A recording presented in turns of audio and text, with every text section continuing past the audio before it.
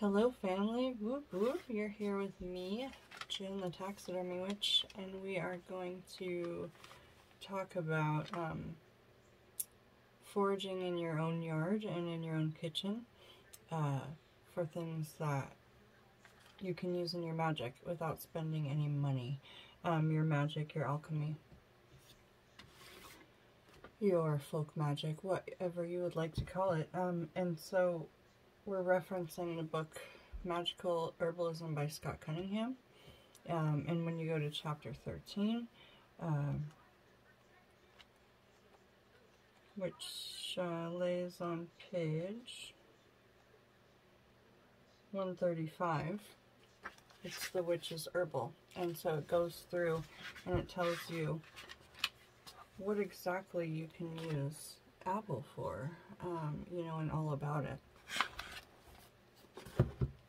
And that's not a full comprehensive as the Encyclopedia of Magical Herbs is, but I've actually lost my Encyclopedia for Magical Herbs, which is crazy. But I don't need it, and that's the whole point. But I thought I would show you a simple book that you can get for, you know, $14.99 US dollars.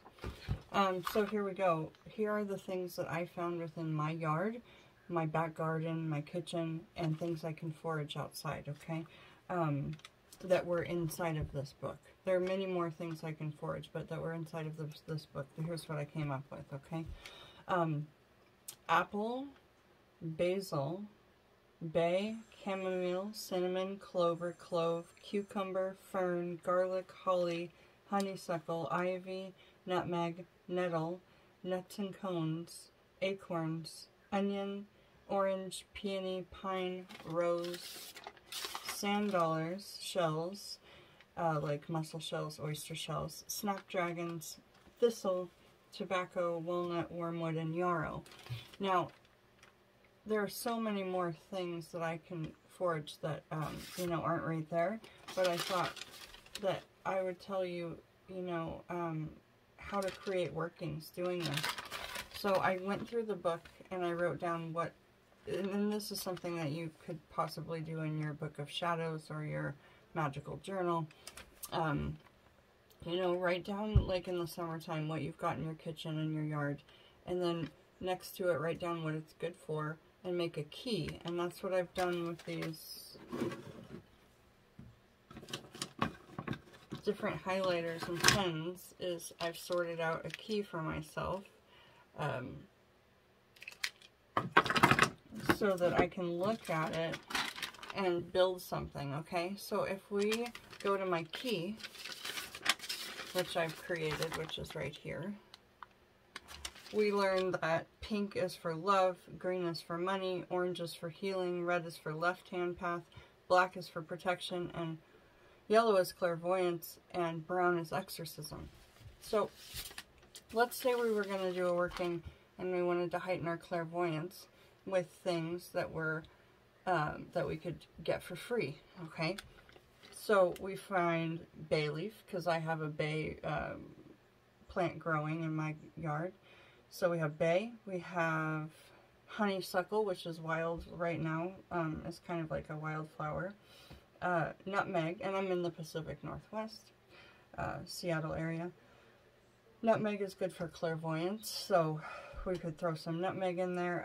Rose, which grow wild around here, and then they grow in our yard. A lot of people grow them in their yards. Maybe you have a neighbor who grows roses, and ask them, what do they do with the rose petals? You know, when the roses start to go, what do they do with those? And can you have them? Can you trade something for them? You know, can you bake them some lovely cookies, or whatever?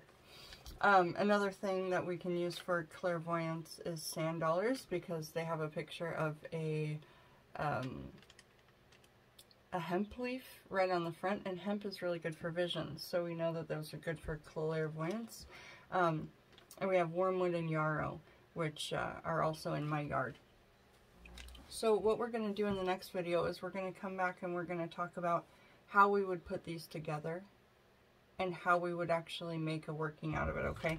So I just want to encourage you guys to, again, to go into your kitchen and your local nature and your back garden and see what you can forage.